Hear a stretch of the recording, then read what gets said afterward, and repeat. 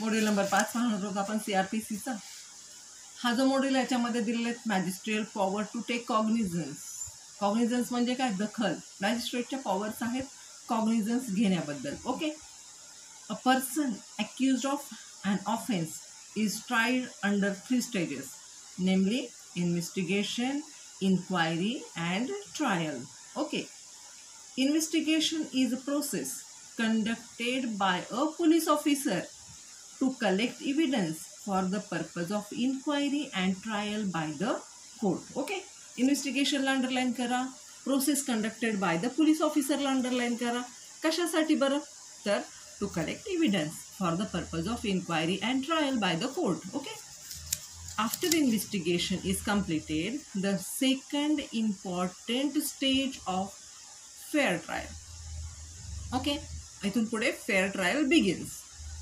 The police officer forwards the final report, that is police report, to a competent magistrate to take cognizance. Police काय करतो? Investigation करतो आणि त्याचा report मॅजिस्ट्रेटकडे देतो. Of the offence. कशासाठी? To ensure fair trial. पुढे fair trial होणार आहे. फेअर ट्रायल हा शब्द मनेका गांधीच्या केस नंतर आला हे तर तुम्हाला माहिती आहे. कॉन्स्टिट्यूशनमध्ये हे तुम्ही शिकलेला आहात. The code of criminal procedure envisages certain preliminary step as stated hereunder. Okay. काही स्टेप्स सांगितलेले आहेत त्या पहा. To take cognizance of the offence. मॅजिस्ट्रेटकडे का द्यायचं आहे? तर त्याची दखल घेतली पाहिजे मॅजिस्ट्रेटनी. इन्व्हेस्टिगेशन करून तसंच जर बुक ठेवून दिलं, त्याचे रिपोर्ट्स काही दिले नाहीत, सबमिट केले नाही, तर त्याचं पुढं प्रोसेस होईल का? कोर्ट मोशनमध्ये येईल का? पोलीस अथॉरिटी मोशनमध्ये येईल का? कोर्ट मोशनमध्ये येईल का? तर नाही. मग कोर्टाला मोशनमध्ये आणण्यासाठी, त्या केसचं सोल्युशन शोधण्यासाठी, जस्टिससाठी कॉग्निझन्स घेणं आवश्यक आहे. मग पहिल्यांदा to take cognizance of the offence to ascertain whether any prima facie case exist against the accused person. Prima facie case म्हणजे काय? प्रथमदर्शनी केस क्रिएट होते का त्या व्यक्तीच्यासाठी? And in case it does not exist then. जर समजा केस तयारच होत नाही आहे, बनतच नाही आहे, इन्व्हेस्टिगेशनमध्ये काही सापडतच नाही, मग अशाच काय होईल? Then to issue process against the accused person in order to secure his presence at the time of his trial. जर काही सापडलं, it does so exist, सापडलं काही, तर काय होणार आहे? त्याच्या पुढे ट्रायल सुरू होणार आहे. to supply to the accused person the copies of police statement. accused ला पण पोलीस स्टेटमेंटच्या कॉपीज द्यायच्या आहेत. to consolidate different proceeding pertaining to the same case. बाकीच्या ज्या प्रोसिडिंग्स आहेत त्या पण याच्यामध्ये व्हायला पाहिजेत. म्हणून काय करायचं आहे? जो पोलीस रिपोर्ट आहे तो मॅजिस्ट्रेटपर्यंत जायलाच पाहिजे. पहिलं कशासाठी? कॉग्निझन्स घेण्यासाठी. दुसरं प्रायमा फेसी केस तयार होते की नाही ते पाहण्यासाठी. प्रायमा फेसी केस तयार नाही झाली तर संपले तिथंच केस. पण जर झाली तर it does so exist. Okay. Does so exist जर झाली तर काय होईल? त्याच्यावर टू इश्यू प्रोसेस, त्याच्या पुढे प्रोसेस सुरू होईल, त्याच्या पुढे ट्रायल सुरू होईल. आणि मग ट्रायलच्या दरम्यान ती जी रिपोर्टची कॉपी आहे, पोलीस रिपोर्टची कॉपी, ती कुणाला देण्यात येईल? अक्यूजला सुद्धा देण्यात येईल. त्याच्यानंतर दुसरे काही प्रोसिडिंग करायचे आहेत का ते पण पाहिलं जाईल. If the case is exclusively trial by a court. संपूर्णपणे कोर्टाकडून ट्रायल होणार आहे. Court of session. Cognizable offence कुठे हे केले जातात? सेशन कोर्टामध्ये. To commit the case to that court. जे कोर्टाची स्टेज असेल, जी कोर्टाचं ज्युरिस्डिक्शन असेल, त्या कोर्टाकडे ती केस सुपूर्द केली जाईल. Okay. Chapter 14 of the code. जर रोमन अंक लक्षात राहत नसतील तर इंग्लिशमध्ये लिहिलं तरी चालेल, फक्त मराठीत लिहू नका मध्येच. ओके. चॅप्टर 14. 10, 1, 5. 5 1 वजा केला 4. Okay. So Chapter 14 of the code containing sections 190 to 199 of the Code of Criminal Procedure lays down the provisions relating to the cognizance of the offense and commencement of judicial proceedings. Section 190 provides for the general rule as to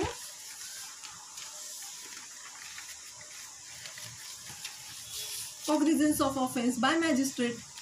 Section 195 to 199 provides certain exception to its general rule.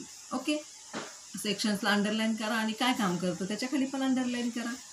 आता cognisance of offence म्हणजे काय पाहूया. काय दखल घेतली जाते ऑफेन्सची. It is the first and foremost step towards trial. ट्रायलच्या आधीची स्टेप आहे ती की आधी दखल तर घ्यायला पाहिजे तेव्हा ट्रायल सुरू होईल.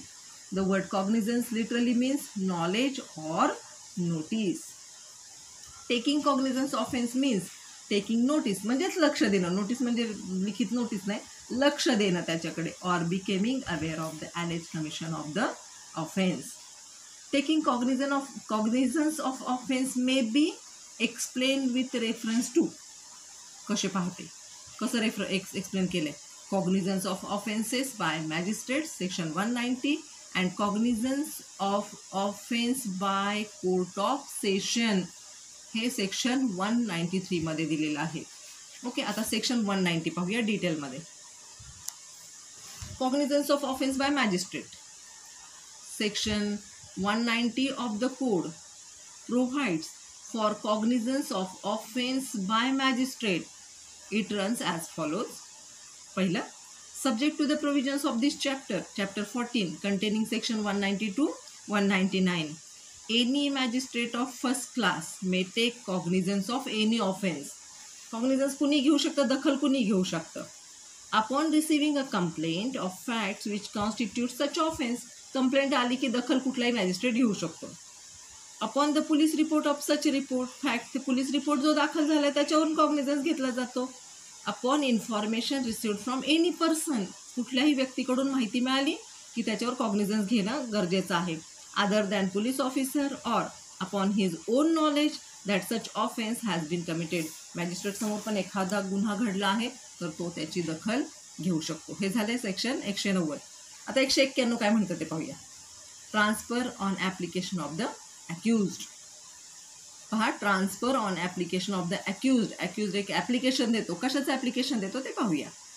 when a magistrate take cognizance of an offense under clause C of subsection 1 of section 190, okay, then the accused person shall, before any evidence is taken, be informed that he is entitled to have the case inquired into and tried by the another magistrate. accused ला एवढे rights दिलेत की तो आपला magistrate बदली करून द्या असं सुद्धा काय करू शकतो, ॲप्लिकेशन देऊ शकतो. And if the accused objects to further proceedings before the magistrate taking such a cognizance under the clause C, then the case shall be transferred to such other magistrate as may be specified by the chief judicial magistrate in this behalf. पहा किती right दिलेत अक्यूजला. Accused आपला magistrate सुद्धा बदलू शकतो. त्याला जर वाटलं की हा मॅजिस्ट्रेट माझ्या कामाचा नाही तर तो मॅजिस्ट्रेट बदलू शकतो. आता तो तसं ॲप्लिकेशन देऊ शकतो आणि चीफ ज्युडिशियल मॅजिस्ट्रेटच्या सांगण्यावरून तो दुसरा मॅजिस्ट्रेट घेऊ शकतो. फॉर एक्झाम्पल पाहू. A chief judicial magistrate may transfer a case of which he has taken cognizance to any competent magistrate subordinate to him. त्याच्यापेक्षा जो छोटा आहे, सबऑर्डिनेट आहे, त्याच्याकडे ती केस ट्रान्सफर होते. A first class magistrate specially empowered on this behalf may transfer a case to any other competent magistrate as the chief judicial magistrate directs. हे आहे सेक्शन 192. कळलं. आता सेक्शन 193 पाहूया. Cognisance of offence by court of session.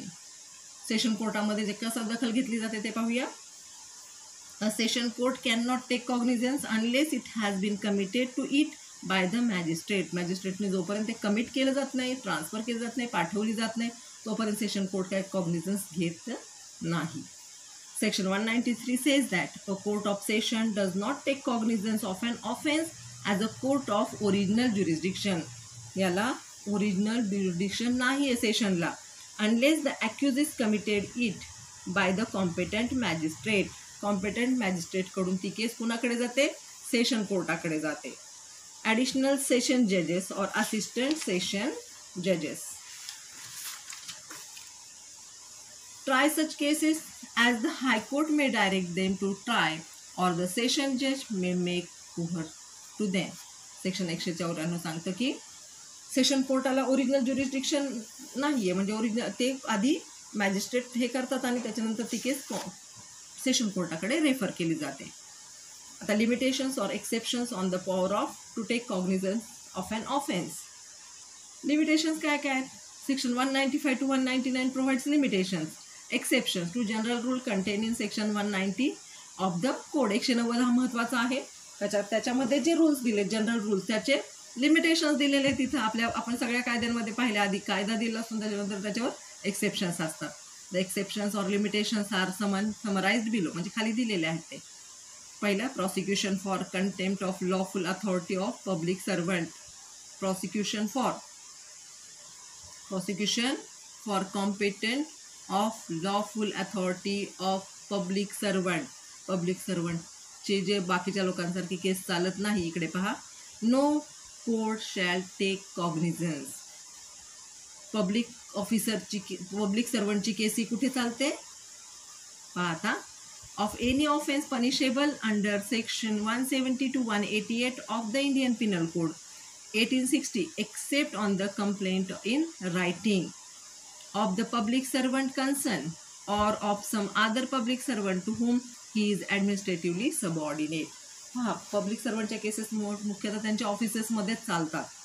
Then, of the offense punishable under any of the following sections of IPC, namely section 193 to 196, 199, 200, 205, 211 or 228, when such offense is alleged to have been committed in or in relation to any proceeding in any court except on the complaint in writing of that court or by such an officer of the court as that court may authorize in writing in his behalf or by some other court to which that court is subordinate. हे जे sections आहेत त्या सगळ्या केसेसची complaint ही रायटिंगमध्ये गेली तरच दखल घेतली जाते. याच्यावर हे लिमिटेशनवर तुम्हाला नोट्स येऊ शकते. Limitation on the power to take कॉग्निझन्सवर शॉर्ट नोट येते. ती शॉर्ट नोट अशा पद्धतीने लिहिली तर you can achieve the marks.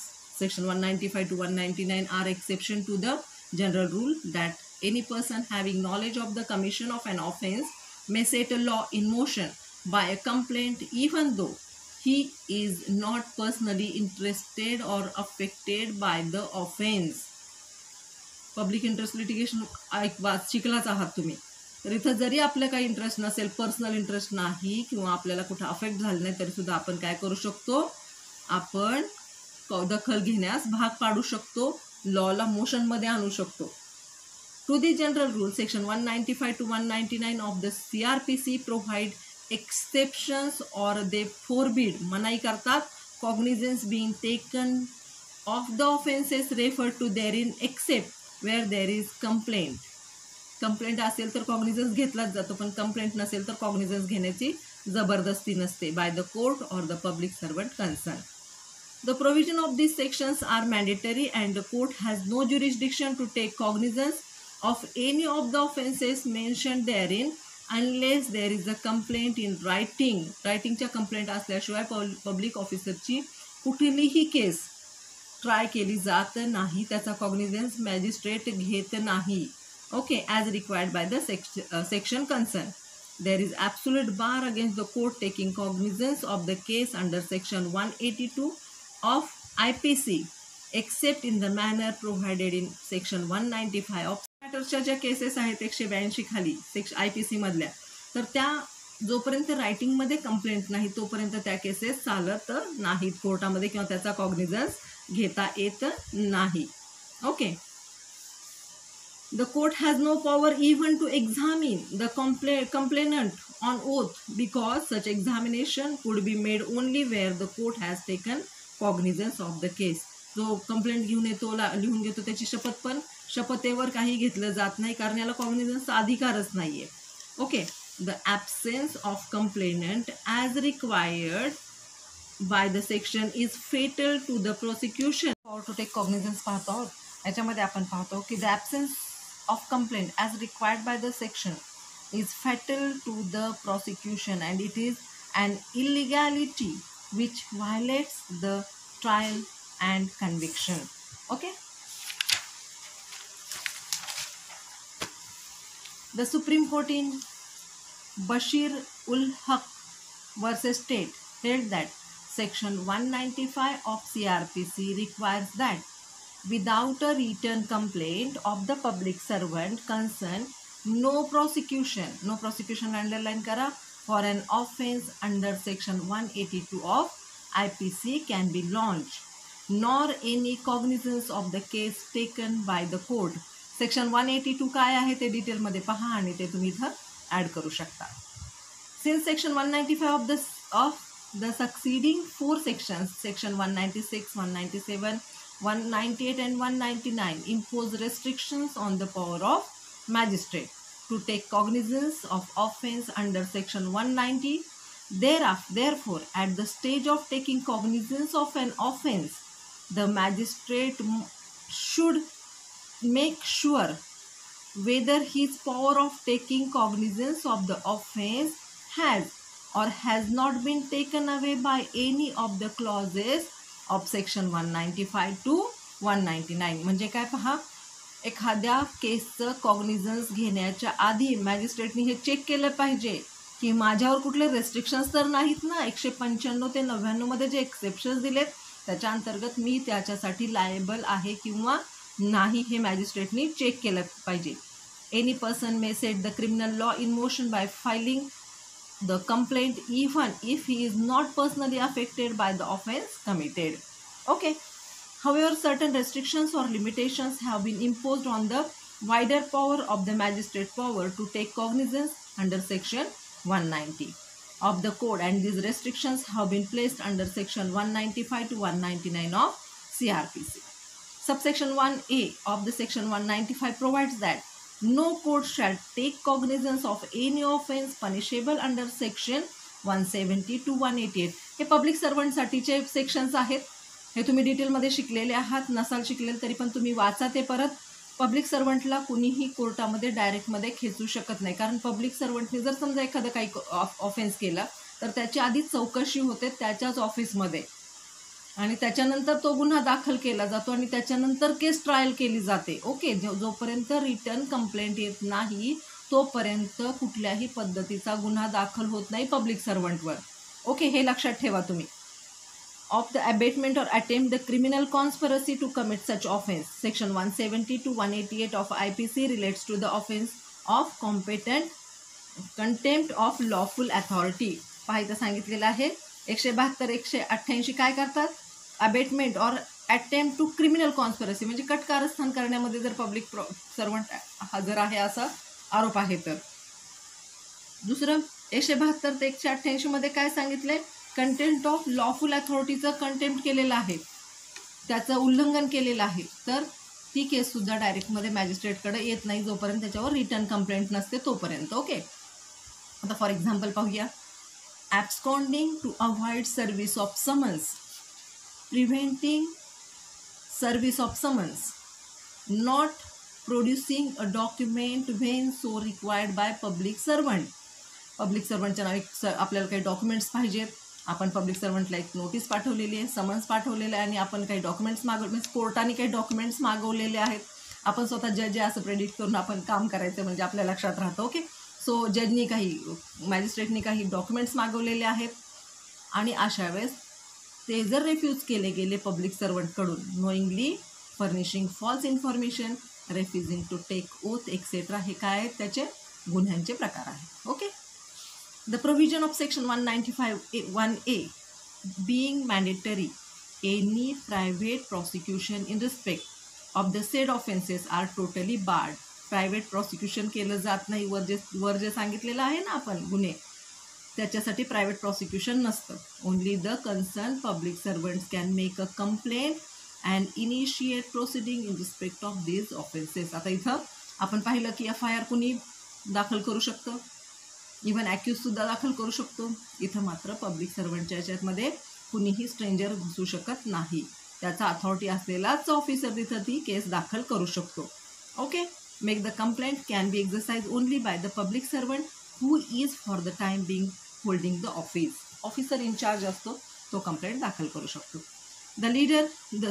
The bar of limitation imposed by subsection 1A of section 195 equally extends to both cognizable as well as non-cognizable offenses. आता conclusion पाहूया. It concludes that section 190 of the code empowers the magistrate to take cognizance of an offense in cases where the victim does not lodge and FIR launch केलेली नसेल, lodging of FIR नसेल तरी सुद्धा in police station due to any reason or in case where the police refuses to admit FIR reported by any victim.